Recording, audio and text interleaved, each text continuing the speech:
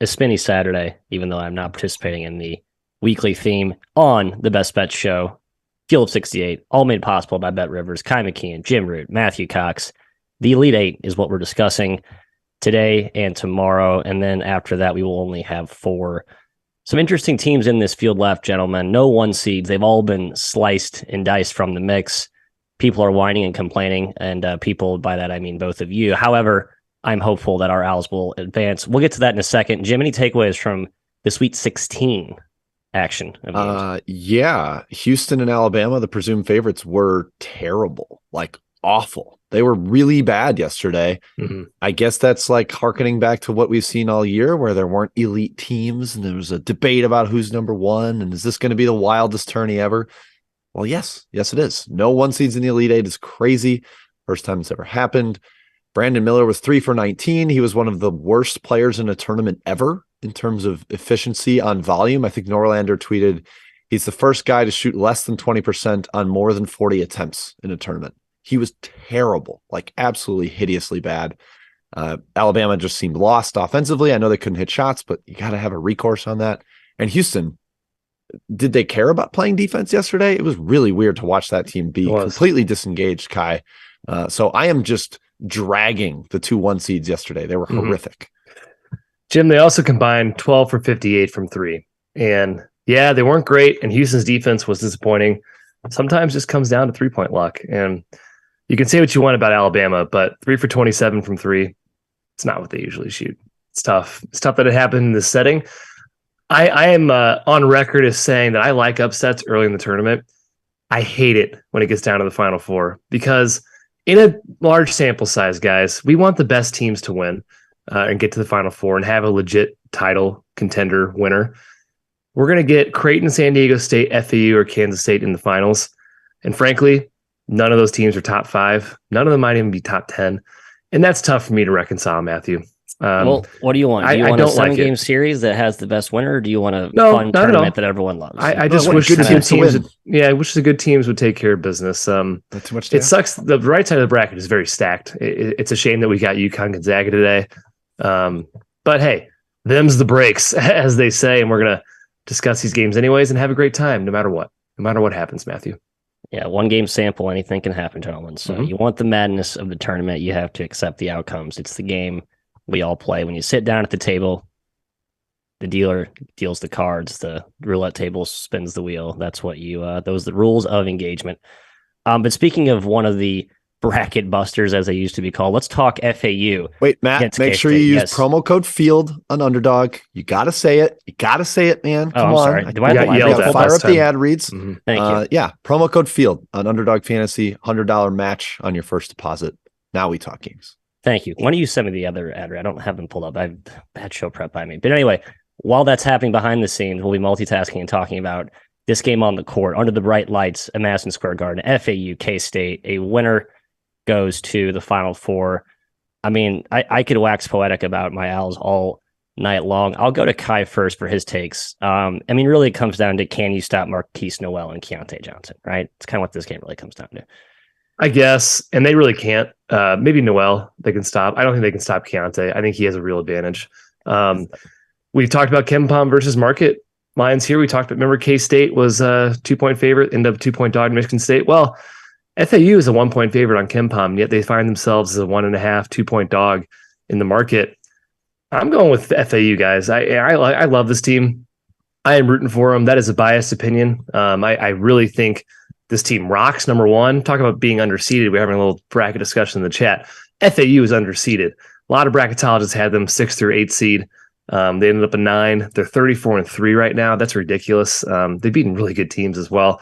Super deep, multiple weapons, really hard to prepare for in a tournament setting. Anybody can beat you. We know who's going to beat you for K-State. We know it. FAU, you have no idea, and that makes them challenging. And we think Dusty May is a great coach as well.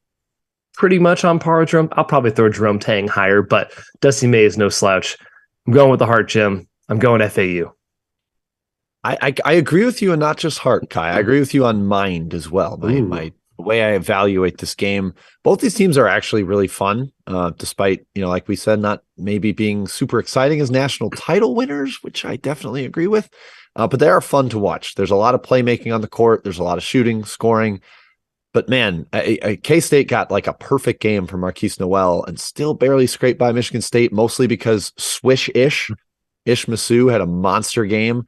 I don't know if that's going to happen again. He had a couple logo threes, hit that huge 2-pointer on the baseline inbounds late in overtime to beat Michigan State. They needed that from him. FAU's just got so much more balance. I think they will force Marquise Noel to finish at the rim, whereas Michigan State kept helping. Sissoko kept coming over, people kept coming over, opening up cutters, and Noel would just hit them over and over again. I think FAU is going to be pretty well prepared for that after watching that game tape. They've got actual size in the paint. Golden could be the best big on the floor, Matt. I do think this is probably more a Rosado game, though. I hope so. Just with his versatility, mobility. I think he could be a real weapon here. It's just the amount of options that FAU has. Dusty May said it in his little post-game locker room speech. He's like, I don't know who's going to score next round, but I know one of you will. 3 more. I loved that speech. It got me real fired up. He knows that team has a ton of dangerous balance. It's not balanced because no one's good. It's balanced because everyone's good. So my best bet is FAU +2, Matthew. Love it. Shame on me for not making this my best bet, but I will be betting FAU as well. Yeah, I mean, last game it was Forrest, right? Who was their best player a year and a half ago, effectively, and then he's kind of fallen into this role player lower end of totem pole because all these young guys have emerged, and he'd been in a rut, and just he comes out of nowhere. I'm with you. Golden's been struggling, Jim. I hope they kind of deploy Rosado. He's a bowling ball type of guy. I think he can score against the leaner K-State front line. It's worth pointing out, David Gesson for K-State's been kind of a major factor for them. Limited minutes off the bench. He was not healthy down the stretch. I think he's a big boon to that defense. He should help the Purple Kittens here. But yeah, I mean, what else there to say about FAU? Their guards are awesome. Even the announcers like Anderson, Jim on the call was like, wow, these FAU guards have some real bounce. Like just when you see Boyd in person and Greenlee, like they're just a lot more athletic and quick than I think you probably give them credit for. Obviously, Noel's a different beast, but I don't think they're going to become entirely torched by Mr. New York City, who I should not have called a fringe role player. I'm sorry. I meant to say he was sort of like one of many quality talent players at Little Rock, and then he emerged into a blossoming star. So I apologize. He's like Sunbelt Player of the Year.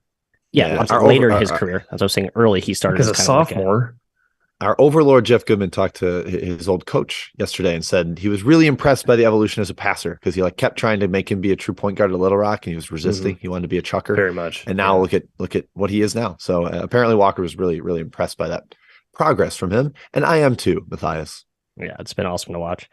All right, we're going out east. I'm sorry, we're going from east out west to the desert. Gonzaga, UConn.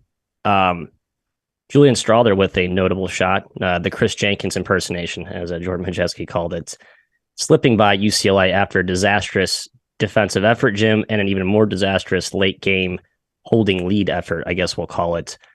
I think the market is sniffed that UConn is just the really, kind of the juggernaut we saw early in the season. The money's been bet up to -2.5 and open -2. I kind of like UConn here, but I think this is a little too high. I think it should be closer to a pick personally, but maybe I'm just discounting the Zags' terrible defense. It depends where you look on open.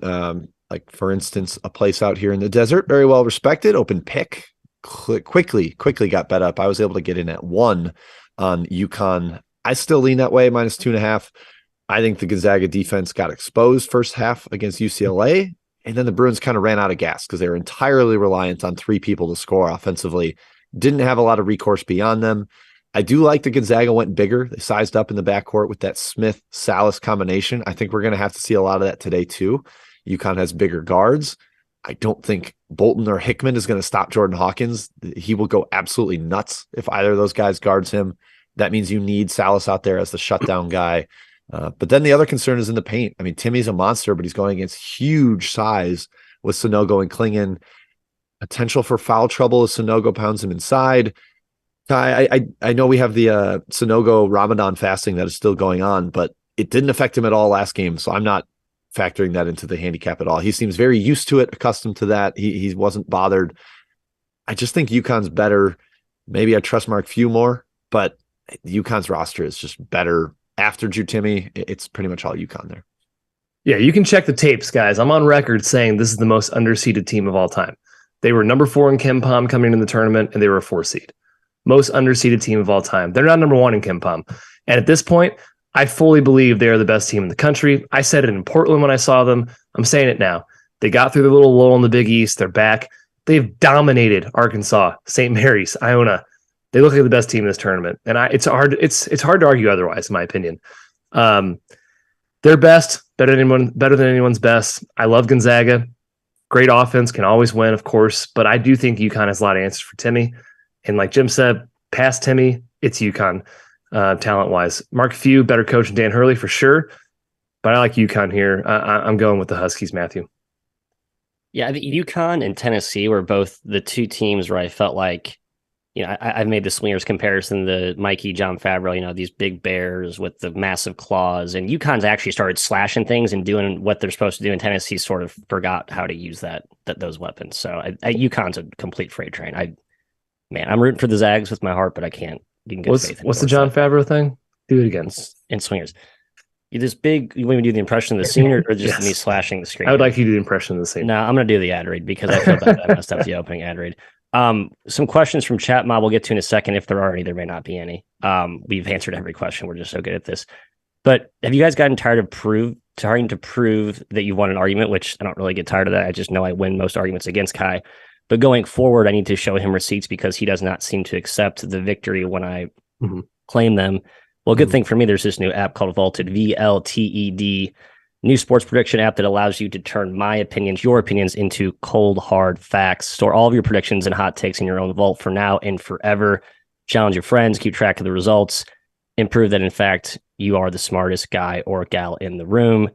Plenty of pools still out there and available, and get a 3-month trial if you sign up now. That's Vaulted, VLTED. All right, any inquiries from the mobsters or just general criticism of our takes that we can respond to? Scott asked if the Ramadan thing matters. Again, I said it. It doesn't. It doesn't matter. Diarra doesn't matter, and Sonogo was just fine. So I am not factoring that into the handicap at all.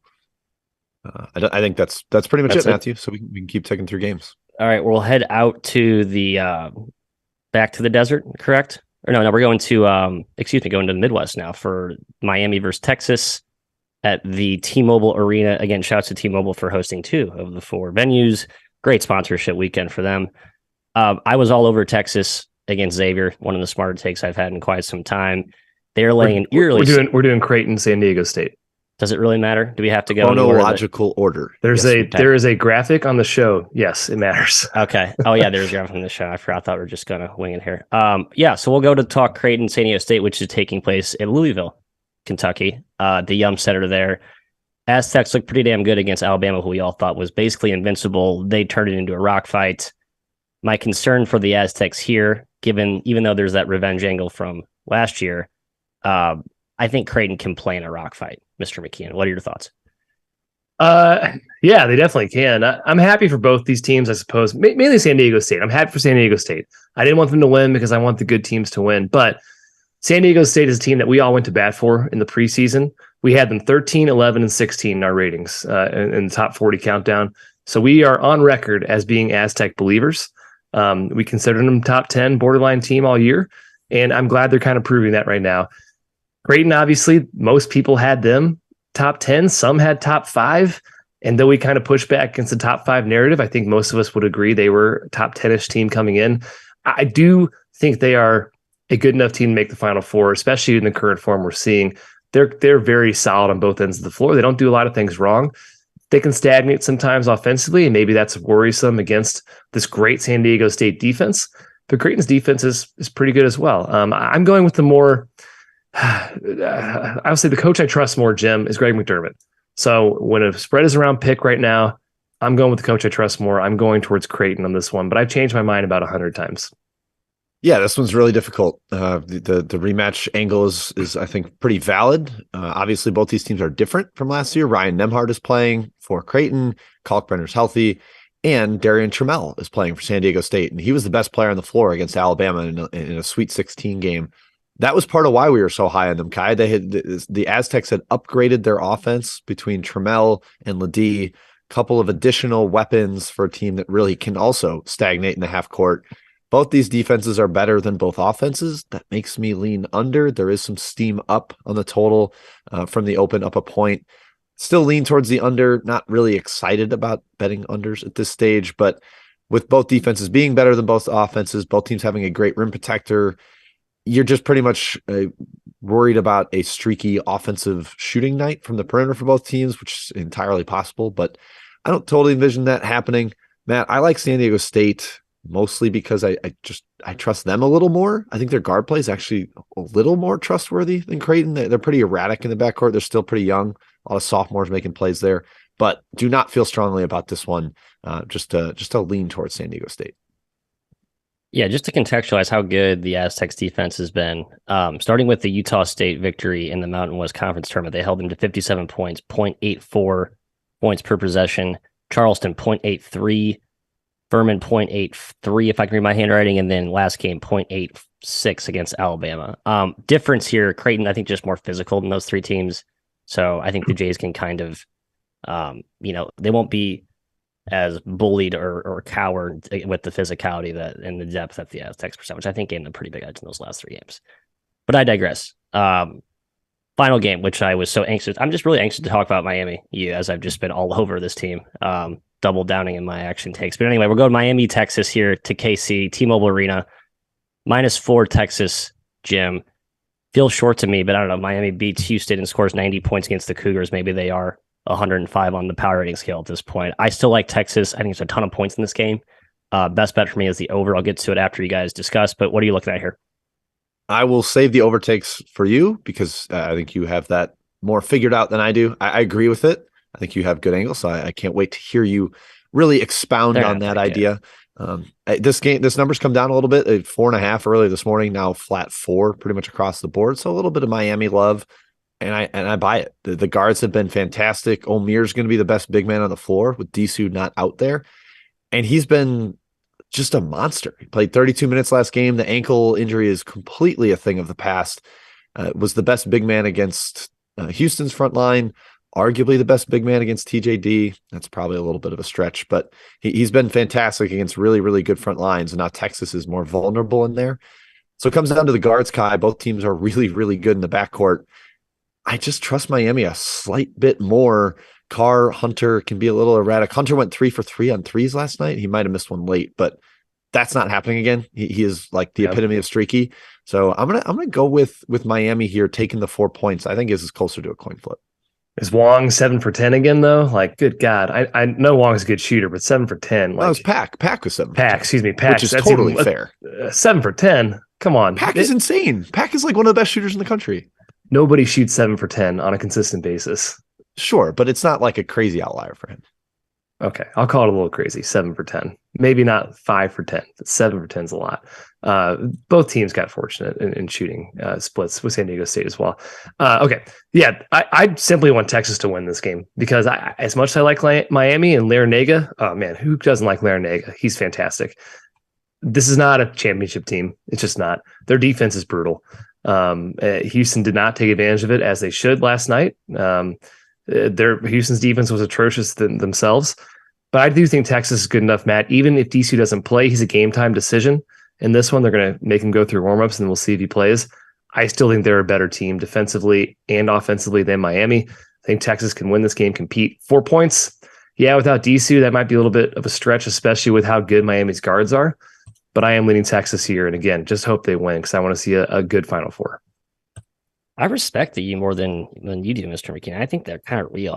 I know their season-long resume doesn't quite speak to that, but and maybe I'm overreacting to the last two games, but to do what they did defensively against two physical teams, Indiana and Houston, both with those front lines, is pretty impressive.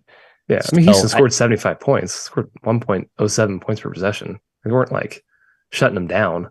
Right, but I don't think they were bullied as much as we thought on the glass. That was definitely not. You're right. That's similar to FAU, where you have these teams that even though they had a reputation of being smaller, they're playing kind of 4 out, 1 in. Their guards are tough. I think the stakes are higher now, and so maybe those offensive or the rebounding numbers from the regular season may not be as reflective as a situation where it's like you're all in. Rebounding is kind of an energy effort type thing. So maybe these teams that don't, I don't know, developing hypothesis, but. To my Texas take, I think there's points galore in this game. Miami has been an over dream when they've been paired with another team that wants to run. They've been a pace taker sometimes against slower teams, but I think Texas wants to push. I think you've seen them get caught up in racetrack, up-tempo games, the way Jabari Rice is shooting it from the outside, a ton of depth off the bench, can score in a multitude of ways. So I just think there's easy avenues to points on both ends. surprised to not see this be bet up so far. I know people are probably still they're waiting, leaning toward under for these. Yeah, they might be. But there was an over revenge in the latter part of, I guess the early part of the last part of the Sweet 16. So maybe people are getting used to those big, hard, bouncy ball, orange peel things that we keep seeing pop on our screens. That's all we have for today's show. Real quick, though, before we get to best bet recaps, any final questions from the mob? Reminder that today's show is sponsored by Underdog, which I so foolishly forgot to mention at the top. Thank you, Jim and Kai, for saving me. Again, use the code FIELD, FIELD, to get a 100% deposit match up to $100. Hey, fun way to play kind of a player prop type of ordeal. So, hey, good for me, by the way. As an aside, I'm in first place in a player point pool. So the only thing I've done well. First place in something. Hey, how about something? That? Love to hear it. Winner. Medals, trophies are good. Best bet recap, Jim, to you. FAU +2. That is my best bet. I'm riding with those guards. I know it's crazy to be against Noel, and I think a lot of people are going to want to trust him. I will reiterate, I think it was Austin in the chat made the point of FAU cuts out assists. They force ISO ball, and that's big time. Against Noel, K-State, one of the best assist teams in the country, mostly because of Noel. Great point by him. Glad he brought it up. I like FAU, Kai, +2. I don't love any bet, I'll be honest, of all 4 games, but I guess I'm going to go with UConn -2.5 for my best bet. I do. My biggest future is on them as well, so probably foolish for me doubling down here, but I love this Husky team. I've loved them all season. I think they're the best team in the country, so just going to push my chips in on them, Matthew. I love FAU. I love my true best bet of today's show, Miami, Texas, over. That's 150. The current BetRivers price. Thank you, BetRivers, for sponsoring our show, and thank you guys for stopping by and listening to our nonsense this morning as we approach the final stretch. I guess we're already in the final stretch. Next show will be coming to you at a date and time to be named later. We will tweet that when we have the specifics. That's at 3MW_CBB. Until then, go Owls, and good luck tonight on your wagers.